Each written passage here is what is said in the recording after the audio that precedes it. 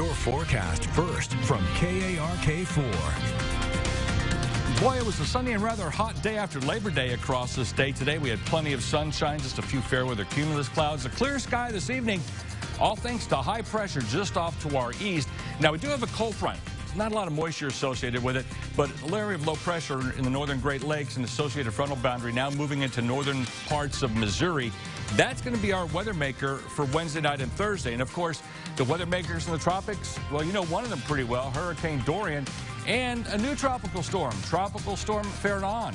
Well, we're going to update you on both of those in just a couple of minutes. Your forecast first for Little Rock, looking for a sunny to mostly sunny day for your day on Wednesday. We're going to start at around 72 and top it out in the low to mid-90s. KARK4 News at 10 starts right now. Now, from the station you count on for local news that matters, this is KARK4 News. We begin with breaking news in the capital city. Little Rock police are investigating a homicide on 13th and Arch. KARK4's Rochelle Turner joining us now live from the scene tonight with the very latest on this. And Rochelle, as we talked about earlier, this is a rather fluid situation right now. What have you been able to gather since you've been out there?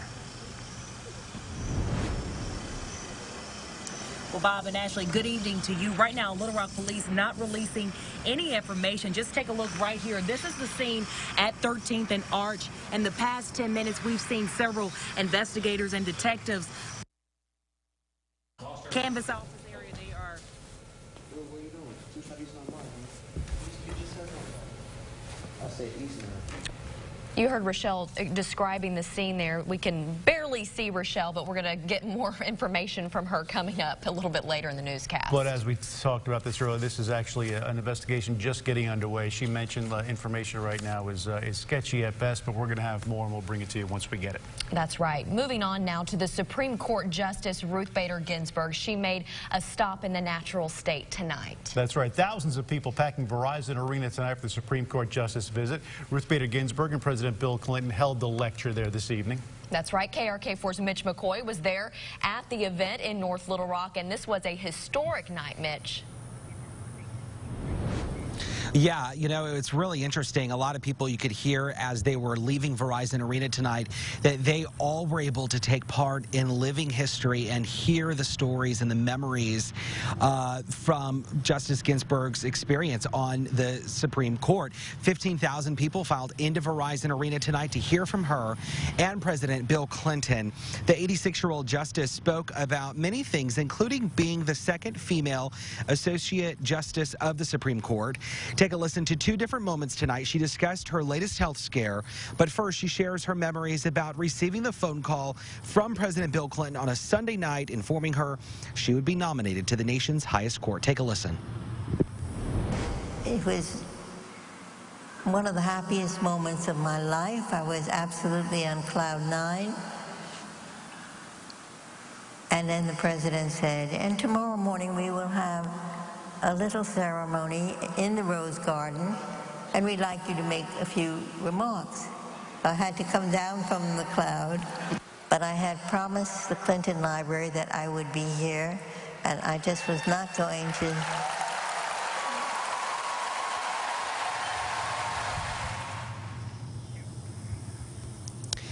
As you may recall, last month, the Supreme Court announced Justice Ginsburg recently finished 3 weeks of radiation treatment on a tumor on her pancreas. She also mentioned that she was feeling very good tonight and she was happy to be in Little Rock. Justice Ginsburg also discussed her friendship with the late Justice Sakila and the remodel of the Supreme Court restrooms. And that was really interesting. It was a very pivotal moment of the evening where you really saw a transition or a history change in front of her eyes when they were talking about redoing some of the restrooms at the Supreme Court to make it convenient for her and another female justice creating a female restroom. So listen to it all. I really encourage you to very historic moment on our website at KARK.com. But for now, we're live in North Little Rock. Mitch McCoy, KARK4 News. All right, Mitch, thanks so much for breaking it all down for us tonight. Also,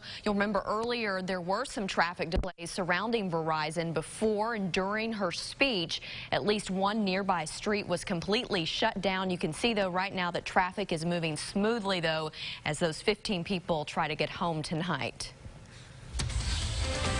And breaking news, in the wake of yet another mass shooting in America, another major chain is asking their customers to leave their guns out of sight. It's a change of policy that Kroger announced late tonight. They were no longer wanting shoppers to openly carry firearms in their stores.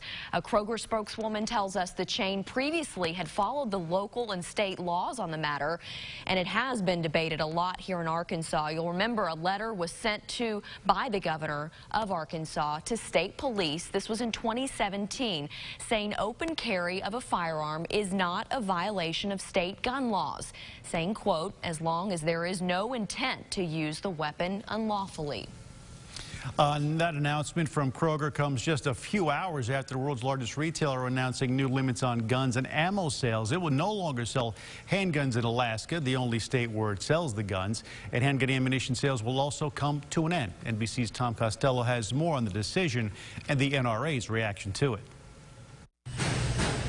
The first weekend in August brought 2 more massacres in America. 22 people murdered in that El Paso Walmart. The next day, 9 killed in Dayton, Ohio. Earlier in the week, police say a former employee at a Mississippi Walmart shot and killed 2 workers. Today, Walmart's CEO said the status quo is unacceptable, announcing Walmart will discontinue sales of ammunition for assault-style weapons and handguns, and discontinue handgun sales in Alaska, the only state where it still sells handguns. And after panic at a Missouri Walmart, male wearing a bulletproof vest and an AR around his neck has just walked into the store and is recording himself. 1 suspect arrested. Today, the company said, we are respectfully requesting that customers no longer openly carry firearms into our stores in states where open carry is permitted. So far this year, 289 mass shootings. Walmart leadership is stepping up to the vacuum they see from Washington leadership. They have to protect their customers. They have to protect their associates. The question tonight, will other retailers follow Walmart's lead? Dick's Sporting Goods is already cutting back on gun and ammo sales after the Parkland school shooting. In a statement, the NRA now says it is shameful to see Walmart succumb to the pressure of the anti-gun elites. Rather than place the blame on the criminal, Walmart has chosen to victimize law-abiding Americans. Tom Costello reporting. Walmart is now calling on the nation's political leaders to strengthen background checks and to remove weapons from those who have been determined to pose an imminent danger, and to reopen the debate about reauthorizing assault weapons ban. My poor little wife got hypothermia, and she was standing on top of the kitchen cabinets until they disintegrated. And then I kept with her, and she just drowned on me. One Hurricane Dorian survivor's horrifying account of what has happened when the storm hit his home in the Bahamas. As it stands, the death toll sits now at 7 in the Bahamas, though officials fear it will rise sharply. The storm hit the Bahamas as a Category 5, and it is the strongest storm to ever hit the island nation. Right now, the storm is a Category 2 hurricane. It's about 100 miles off Florida's east coast. If you would like to track Hurricane Dorian, maybe you have family in that area, you can go to KARK.com. That's where we have our 24-hour live stream from our sister station in Tampa. We'll be checking in also with our Chief Keith in a few minutes to see if Dorian could impact our forecast. Meanwhile, emergency teams from Northwest Arkansas are assisting with the hurricane rescue efforts. After a nationwide request for assistance in Florida, the Washington County Department of Emergency Management deployed its team this morning. They're responding as Arkansas's USAR Task Force 1. This mission to Florida, we're going to initially go toward Jacksonville unless we get directed to another location. Central Arkansas, our sister portion of the team, is kind of leading the charge on this one, and so they're taking the heavy cache of equipment as well as personnel. Luther says those teams could be there for up to 10 days. Returning to local control has been the hot topic of discussion for the Little Rock School District and the Board of Education. In the past 2 weeks, board members have held 5 public meetings for people to give their input and they showed up. The final meeting was held at the Board of Education building this evening.